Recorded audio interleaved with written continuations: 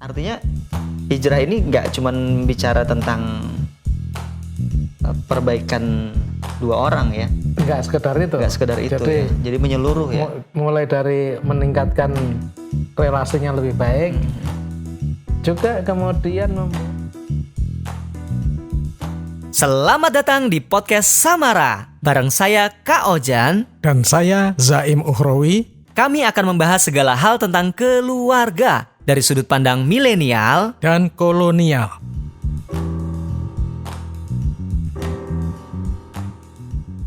Kita bicarain topik yang lagi hangat, Pak. Lagi rame. Lagi banyak jadi kata yang disematkan ke berbagai hal. Oke. Hijrah. Hijrah. Ada artis hijrah, ada musisi hijrah, ada hijrah festival. Lagi rame pokoknya. Lagi rame gitu. Hijrah. Jadi, dan kita bicara tentang keluarga berhijrah. Berhijrah. Ya. B yang kelima berhijrah. Gitu. Ini kata yang sudah populer, Pak. Dulu mungkin menurut saya kurang. Menurut saya. Ataupun kalaupun sudah terdengar tapi masih di kotaknya sendiri gitu. Ya. Ini udah keluar. Kayaknya kalau ada kata hijrah tuh udah keren sekarang. Terus saya kira bagus juga. Bagus juga, Pak ya. Positif ya. Kita malah bisa mulai dari contoh yang populer ya. Dari keluarga yang selama ini dikenal memang berhijrah. Gitu kan. Itu Ari Untung itu kan. Iya. Jadi, Ini ngomongin orang lagi nih, nggak apa-apa. nggak apa-apa kan? Apa-apa ya? Kan ngomongin baik. Mohon maaf ya, jadi yang terganggu. Tetapi dia kan merasa menemukan spiritualitas, gitu kan?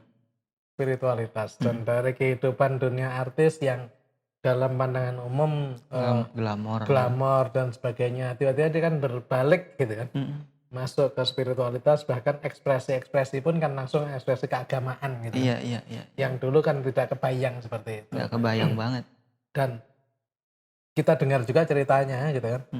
Itu bagi dia gitu. Awalnya juga tidak mudah kan.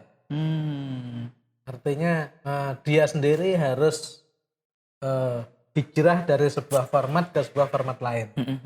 Persoalannya adalah kalau dia sendiri gitu. Ini kan keluarga bagaimana? Gitu. Oke. Sementara itu, dari cerita itu, istrinya pada awalnya tidak semudah dia gitu. Iya. Itu belum. Dan itu tentu ada sebuah Tarikan. tarik menarik yang perlu waktu. Sampai kemudian ternyata istrinya mengikuti dan dia melihat, wow, dunia baruku gitu kan. Saya harus meninggalkan dunia yang lama sama sekali. Dunia baru ternyata menarik sekali. Dan ini satu contoh sukses hijrah. Gitu. Kebetulan konteks hijrahnya adalah dari apa yang sifatnya glamor tadi gitu, menuju pada sesuatu yang lebih agamawi lah, kurang lebih. Yang kita bicarakan dengan berhijrah juga mirip-mirip. Ini salah satu saja. Saja. Tapi intinya bahwa setiap keluarga harus memiliki jiwa hijrah. Hijrah pengertiannya apa nih, Pak? Kalau yang populer kan hijrah tuh berpindah ya. Dari satu tempat ke tempat lain, ya kan? Iya. Atau berubah dari satu keadaan ke keadaan lain. Sama nggak? Sama ya. Jadi memang harus pindah menjadi salah satu aspek. Jadi kadang satu keluarga berada di suatu lingkungan tertentu dan dia mandek gitu dalam perkembangan dirinya gitu, secara emosional, secara sosial, secara ekonomi gitu. Dalam posisi seperti itu, ini ya memang diperlukan untuk kemudian berani pindah. Oke. Karena kalau tidak, ini akan mandek, dan ketika mandek tadi secara emosional, secara sosial, secara ekonomi, ini mandek, ada potensi kemudian akan timbul kemudian salah menyalahkan. Nah, untuk itu ya perlu berani keluar dari situasi itu, pindah sama sekali. Jadi pindah tempat pindah tempat menjadi hal penting. Penting ya Pak. Menjadi hal penting untuk dilakukan. Kalau orang pindah tempat dari tempat yang tidak nyaman, makanya dia pindah gitu, itu wajar sih. Iya. Tapi yang menurut saya susah, dia pindah dari tempat yang nyaman. Kayak tadi kan Pak Zaim bilang, dia mandek, dia tidak berkembang, nggak nyaman gitu. Terus dia pindah dalam rangka mencari sesuatu yang lebih nyaman. Nah ini penting ini. Jadi jebakan zona nyaman ini. Ini kan. Iya, iya. Jadi saya sering ketika berbincang kecil soal pindah itu kan, saya tertarik dengan Bandung. Bandung. Bandung itu salah satu kota yang menurut saya paling asik di dunia. Oke. Jadi menarik, kota itu menarik. Konturnya bagus, udaranya bagus, gitu. Masyarakatnya enak, Iya, gitu kan, dan kemudian artistik, gitu. Artistik. Kita menemukan hal di mana-mana. Nah, lalu saya sering katakan bahwa kapasitas artistiknya orang Bandung itu sebenarnya kelas dunia. Jadi bukan kelas Bandung, bukan kelas Indonesia. Iya, iya. Di Indonesia mereka sudah di atas rata-rata. Bahkan mereka dunia, termasuk sekedar potong rambut saja. Itu pemotong rambut pinggir jalanan di Bandung, itu kelas dunia. Oh gitu. Nah, bicara musik juga begitu. Iya, iya. Tetapi kenapa tidak banyak di dunia gitu orang Bandung yang ada di sana kan? Karena teman-teman Bandung ini terlalu nyaman ya dengan Bandung ya. Gitu. Dia terjebak pada zona nyaman. Iya, iya. Nah, tetapi sekali lagi, apakah kemudian perkembangan diri sendiri membuat secara emosional terus tumbuh, secara sosial terus tumbuh, secara ekonomi terus tumbuh? Nah, kalau memang tinggal di tempat yang lama tetap memungkinkan itu ya nggak apa-apa. Tetapi ketika ini membuat stagnan gitu, harus keluar. Oke. Itu sebabnya dalam sebuah buku yang sedang saya tulis, saya mengambil contoh ada barbershop yang laku sekali di Maryland, Amerika. Oke. Tentu saja orang Jawa Barat juga gitu. Lalu saya membayangkan Garut pasti. ya Garut kan hanya satu simbol. Sebenarnya tidak, sekitar situ semua bagus-bagus. Ya, pusatnya Garut gitu ya. Artinya barbershop seperti itu. Nah, saya membayangkan mestinya di seluruh dunia itu ada gitu. Iya, iya. Mestinya seluruh dunia itu ada gitu. Dan itu mereka punya kapasitas seperti itu dan akan luar biasa. Iya, Itu contoh. Dalam konteks keluarga, hijrah ini berarti hijrahnya harus semuanya Pak ya? Tadi kan Pak Zaim di awal mencontohkan Ari Untung kan awalnya dia hijrah tapi kemudian diikuti sama seluruh keluarganya kan? Iya. Maka hijrah itu jadi bagus kan? Iya. Kalau hijrah hanya satu orang gitu, kayaknya aspek kerjasamanya juga misalnya suaminya doang nih nggak nyaman di rumah nih, istri kayak gini, hijrahlah dia ke rumah yang lain kan? Itu kan jadi nggak bagus ya, tidak sukses gitu. Jadi hijrahnya harus bareng-bareng ya Pak. Minum ah. Jadi ketika saya di Filipina, saya sedang studi, ketemu juga dengan seorang yang sedang kuliah di Filipina, ambil master, kebetulan di kampus yang berbeda dengan saya lah. Ketika saya tanya gitu kan, apa yang menjadi motivasi itu? Dia seorang guru di sekolah swasta menengah bawah. Dan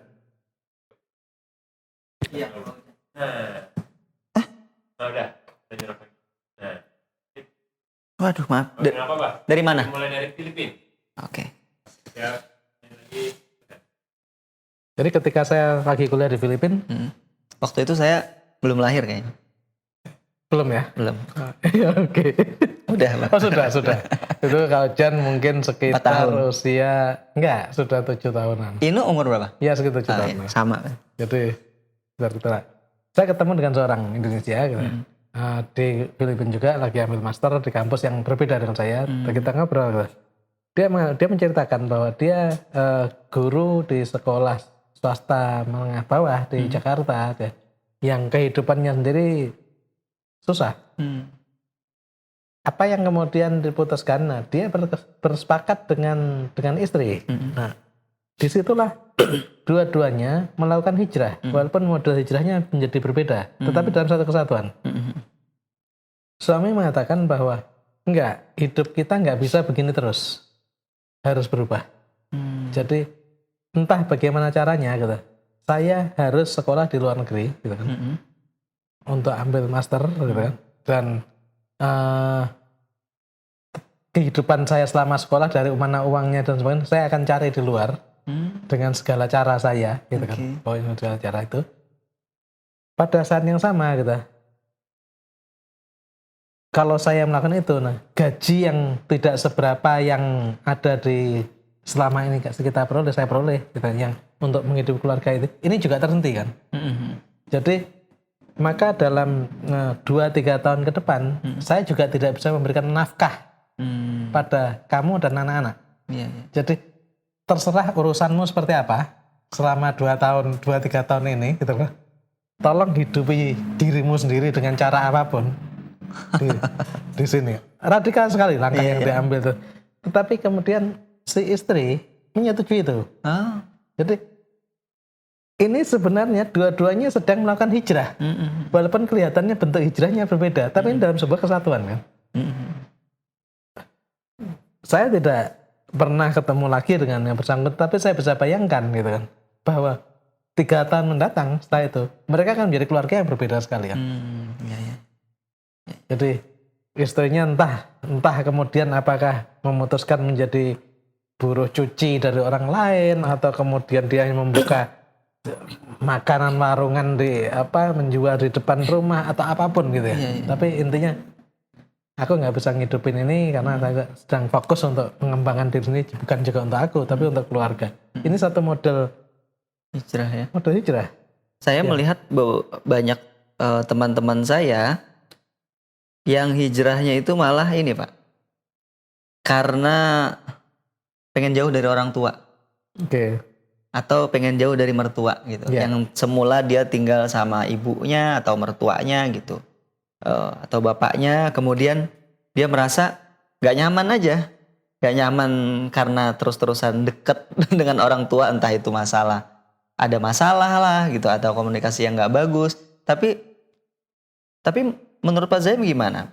Benar nggak jika di lingkungan itu gitu dia akan, kalau dia dekat atau tinggal satu atap dengan orang tuanya itu lebih berpotensi berkelahi gitu atau tidak nyaman, lebih baik dia hijrah. Terus mulai itu ada ungkapan-ungkapan lebih dekat bau gitu. Lebih baik jauh harum wangi daripada dekat tapi bau gitu kan, ada yang begitu-gitu loh. Iya, Jadi sebenarnya itu kan motivasinya lebih ke menghindar dari masalah ya, bukan menyelesaikan masalah gitu, memperbaiki hubungan. Kalau itu memang hal terbaik yang bisa dilakukan, kenapa tidak? Artinya dia sadar persis bahwa dia tidak cukup mampu keluar dari itu gitu. Daripada saya menyakiti punya hati saya sendiri, kemudian punya perasaan negatif terhadap orang tua atau mertua yang dari hari demi hari kepupuk gitu kan. Kemudian juga sesekali jadi juga saya menjadi tanpa sadar menjadi sering menyakiti gitu. Lebih baik memang kemudian ya saya rada mengecewakan di awal, agak gede gitu. Tapi ada sebuah jarak yang sehat. Ada jarak yang sehat. Kalau memang itu terbaik menurut pertimbangan dia, nggak apa-apa. Nggak apa-apa ya. Nggak apa-apa. Dan bisa jadi setelah dia hijrah itu malah kehidupannya lebih bagus ya. Iya. Secara mental lebih sehat. Karena ketika dia berhubungan kembali dengan orang tua atau mertua, tadi kan kemudian akan mengedepankan sisi positif saja kan. Iya. Kurang lebih seperti itu. Jadi itu baik. Itu baik Pak ya? Secara umum baik. Secara umum baik ya. Baik. Oke, sekarang kalau tadi kan lebih ke pindah tempat ya Pak. Kalau pindah dalam artian dari kondisi satu ke kondisi lain atau memperbaiki hal-hal kecil di rumah tangga, itu juga hijrah ya? Iya. Jadi prinsip hijrah itu kan berubah, memperbaiki diri terus-menerus juga. Jadi kalau kita bicara kaizen itu kan kecil-kecil diperbaiki gitu. Jadi tadi saya dengar cerita kalau nggak salah di acara kemarin ya, Ada yang suami kalau menarik pakaian di lemari itu iya, kalau iya. kalau tidak berantakan rasanya belum menarik gitu kan. Iya. Jadi itu kan bisa juga kemudian diperbaiki pelan-pelan gitu kan. Untuk kemudian oke, gitu. Saya mengambil pakaian tanpa harus merusak tatanan yang lain. Nah, itu kan bagian dari hijrah kan. Hijrah juga Pak ya? Hijrah juga dong. Tapi harus berkelanjutan, nggak cuma sekali ya. Oke. Kalau sekali-kali mah bisa.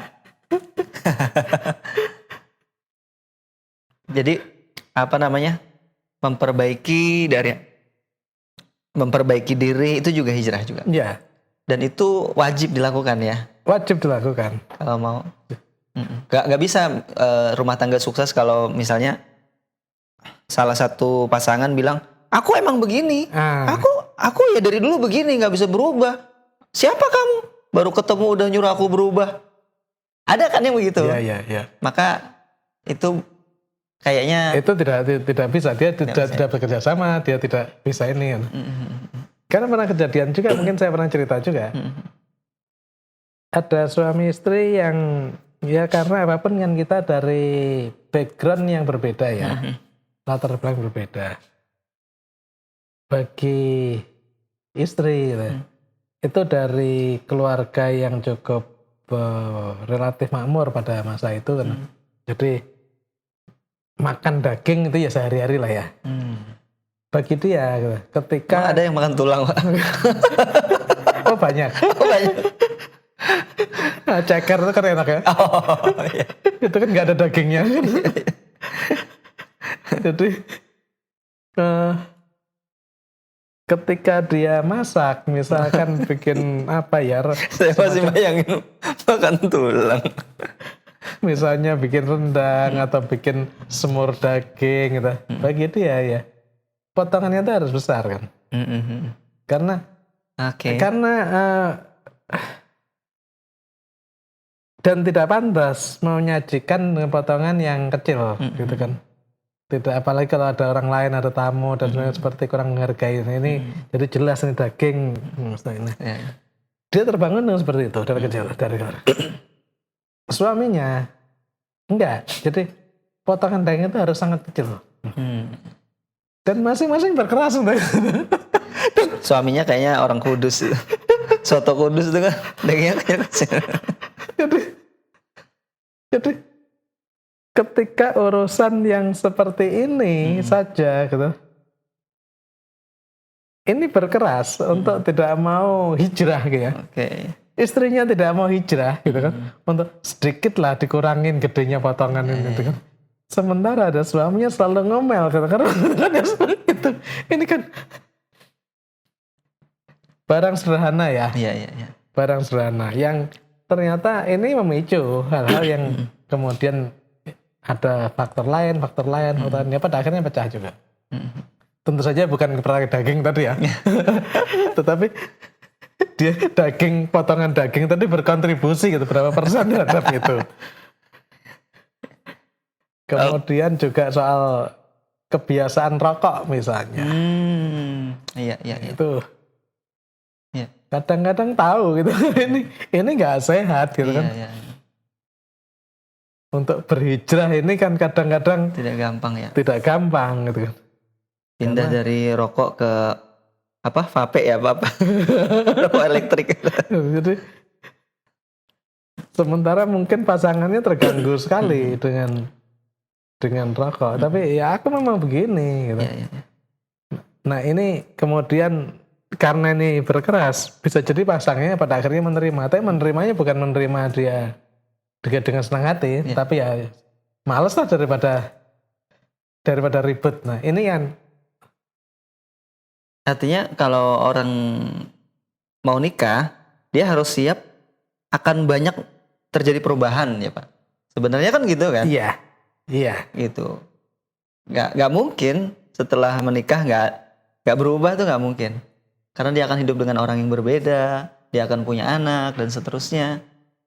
Ini tadi kita harus melihat bahwa apalagi di zaman sekarang ya, ini kan perubahan kondisi luar ini kan luar biasa. Iya. Kalau kita sendiri tidak melatih diri untuk mudah berubah, untuk siap menerima perubahan dalam bentuk apapun, ya kemudian kita akan mandek ini, Iya. ditelan oleh Iya. ditelan oleh zaman gitu kan.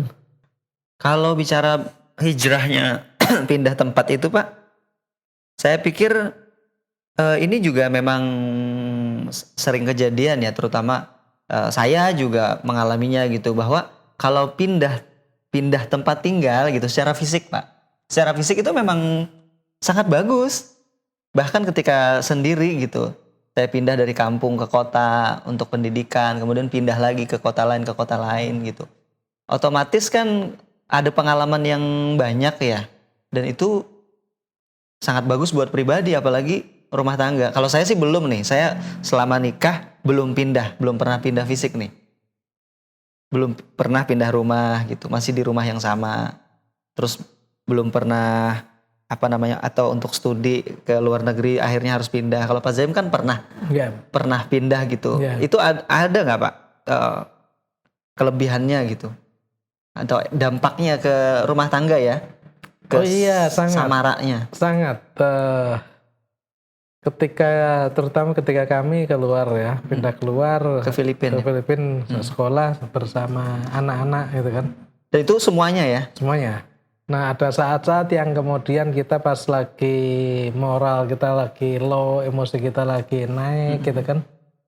Dan kemudian istri kita juga lagi pas posisi seperti itu. Nah, dan kemudian kita ya berdebat itu kan. Di situ ada perasaan kan. Ayo kita kalau berantem ya berantem total diselesaikan sini karena aku nggak punya pendukung, kamu juga nggak punya pendukung. Kan bagus ya. Iya. Dan kamu tidak bisa pulang ke rumah ya, orang tuamu gitu kan, nggak bisa nyanyi. Jadi sama-sama ini kalaupun kita mau meninggalkan tempat tinggal gitu ya, kontrakan kita itu kan, uang kita juga terbatas gitu kan. Misalnya kita nggak, aku mau nginep dulu di hotel, ya nggak punya uang gitu. Iya. Kepaksa gitu ya. Harus pulang bareng ke rumah yang sama. Nah ini mengokohkan gitu loh. Iya. Walaupun tadi jalannya memang kadang ya menjadi nggak enak ya. Tetapi situasi itu akan memaksa. Kan maksa. Ya. Jadi Pak Zaim termasuk merekomendasikan nggak pindah tempat itu? Misalnya gini, saya gitu, sekarang pindah entah punya rumah baru di mana gitu, atau kuliah ke luar negeri, satu keluarga boyong semua. Kalau bisa keluar negeri dan boyong semua bagus. Bagus ya Pak? Bagus. Karena itu akan memberikan warna yang lain sama sekali, dan anak-anak juga Punya pengalaman yang berbeda. Kalau soal pindah dari satu tempat ke tempat lain, ya itu perlu dikaji lagi lah. Iya. Itu apakah manfaat mudaratnya seberapa? Itu perlu dicek gitu. Iya. Karena ketika masih berada di wilayah yang kurang lebih sama dan sebagainya, ya sebenarnya juga nggak pindah juga. Saya soalnya pernah dengar cerita Pak Zaim dulu. Ada keluarga suami istri, kalau nggak salah belum punya anak ya. Dia di Jakarta, dia punya karir bagus. Terus akhirnya mereka berdua memutuskan menjual semua aset. Dengan mobil mereka overland. Oh iya. Sampai ke timur. Iya. Boleh cerita tuh Pak? Kayaknya Iya ada. Ya mereka merasa bahwa sudah mandek lah. Karir dia sudah mandek dan sebagainya. Akhirnya diputuskan tadi menjual seluruh asetnya, dia sisakan mobil saja. Selebihnya kan ditaruh di bank yang bisa diambil di mana saja kurang lebih itu. Nah, akhirnya dia berpikir untuk memulai hidup baru gitu. Dari Jakarta dengan bermobil, dia singgahi daerah demi daerah untuk mencari alternatif gitu. Iya. Apa aktivitas baru gitu. Dan sepanjang Jawa ini dia belum menemukan. Ini orang Jawa dua-duanya. Orang Jawa ya. Menyeberanglah ke Bali gitu. Setiap daerah dicari sebagainya. Nah, belum menemukan juga. Pindah lagi itu ya. Masuk ke Pulau Lombok, nyari lagi. Belum menemukan. Pindah lagi ke Pulau Sumbawa. Ke Sumbawa gitu. Dan sampai akhirnya gitu, ketika di situ belum juga, masih nyebrang lagi sampai di Flores. Lalu mereka menemukan, oh ini ada tempat yang menurut mereka asik untuk beraktualisasi gitu. Ketika kemudian si istri mendirikan sebuah kegiatan membantu anak-anak setempat, aktivitas pendidikan dan sebagainya. Lalu suaminya fotografer dan merasa bahwa ini banyak sekali aspek yang Bisa objek dieksplor. yang bisa diekspos. Akhirnya dia putuskan seperti itu. Itu benar-benar hijrah itu ya. Itu benar-benar hijrah. Dan itu sehat ya. Itu sehat. Sehat ya Pak ya.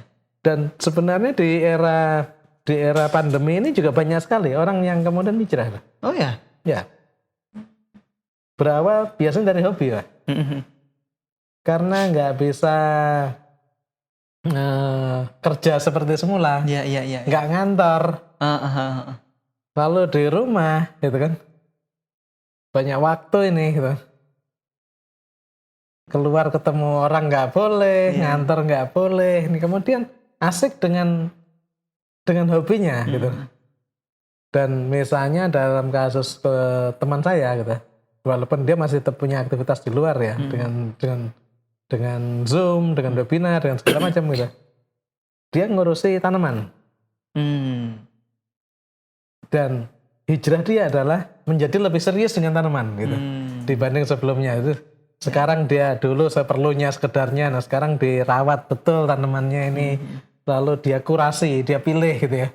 Tanaman-tanaman apa yang memang harus ditumbuhkan dan tanaman apa yang ya sudahlah dimatikan saja lah kurang lebih itu dan dipupuk di ini. Nah akhirnya kan ketika dia seneng dengan tanaman itu gitu, dia foto gitu kan, lalu dia unggah gitu loh. Setelah diunggah tiba-tiba ada temennya komen, bagus deh gitu kan, itu kamu beli di mana? Enggak, aku nggak beli, ini ada di rumah gitu kan, di ini gitu. Aku pengen deh gitu kan, boleh nggak aku beliin? Enggak, aku nggak jual ini kan. Enggak, aku harus beli gitu kan. Aku harus beli. Nah dari situ kan kemudian oke, terus dilepas. Dari sana miara lagi, cari lagi tanaman dan begitu lagi. Setelah lama-lama gitu tiba-tiba gitu. Dia, boleh juga saya jualan tanaman. Dan tiba-tiba dia menjadi penjual tanaman yang bagus. Yang dia tidak pernah terpikir. Tetapi ini kan ada proses hijrah ya. Kadang ada keterpaksaan kadang. Tetapi ketika dia menjalani nyaman, menjalani proses itu, nah ini akan menjadi luar biasa. Artinya hijrah itu bikin orang sukses nggak cuma di nggak cuma di dalam rumah tangga secara hubungan Pak ya. Seperti tadi tuh memang ada beberapa teman saya yang akhirnya dia harus pindah rumah, menjauhi konflik dengan orang tuanya, tapi akhirnya dia punya hubungan yang lebih bagus dengan istrinya gitu kan. Hijrah itu membantu itu, tapi juga hijrah itu bisa membantu secara ekonomi juga ya. Seperti cerita Pak Zaim pertama kan, Ari Untung itu walaupun dia hijrah, mungkin awalnya pasti dia akan jobnya hilang, takut jobnya hilang kan gitu. Tapi ternyata kalau saya lihat hari ini ya dia sukses banget juga gitu. Kemudian dia punya produk baru yang itu sesuai dengan hijrahnya dia gitu kan, malah dia jadi icon juga gitu.